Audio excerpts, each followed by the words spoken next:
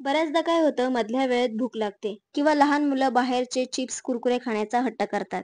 मग अशा वेळेस काय करायचं तर हा घरगुती चटपटीत केलेला नाश्ता त्यांना द्यायचा.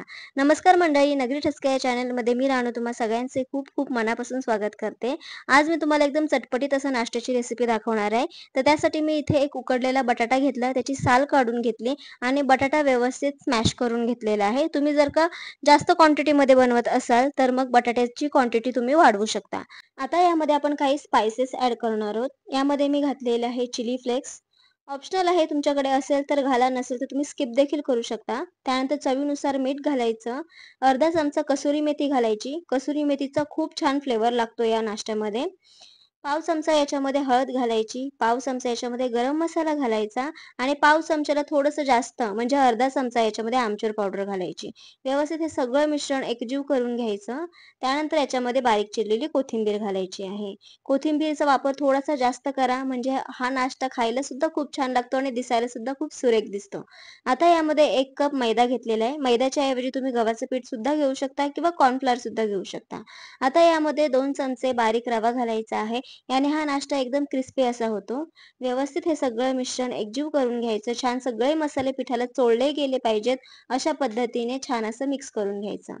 व्यवस्थित मिक्स करून झालं की मग काय करायचं आहे, थोडं-थोडं करून यामध्ये पाणी घालायचं आणि याचं घट्टसर असं आपल्याला कणिक मळून घ्यायचं आहे. एकदम सैलसर मळायचं नाहीये, थोडंसं घट्टसरच ठेवायचं आहे. व्यवस्थित सगळं मळून झालं की मग काय करायचं आहे, थोडंसं यावरती तेल लावायचं आहे. एक साधारण मी 1 चमचाभर तेल घातलेलं आहे.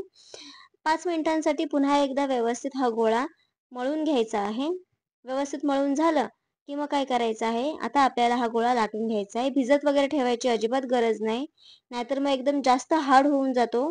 त्यामुळे शक्यतो आपल्याला लगेचच्या लगेच लाटून घ्यायचा आहे.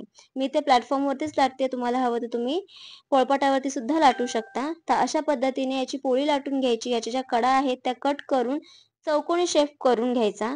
त्यानंतर अशा पद्धतीने आपल्याला याचे पीसेस कट करून घ्यायचे आहेत. तुम्हाला हवं तर तुम्ही सर्कल शेपमध्ये सुद्धा कट करू शकता. अशा पद्धतीने मी इथे चौकोनी शेपमधून हे कट करून घेतलेलं आहे. आता हे सगळे पीसेस एका ताटामध्ये काढून घ्यायचे. वेगवेगळे ठेवायचे. एकावर एक ठेवलेत तर मग एकमेकांना चिकटू शकतात. कढईमध्ये तेल गरम करून घेतलं. आता या तेलामध्ये हे सगळे पीसेस आपल्याला फ्राय करून घ्यायचे आहेत.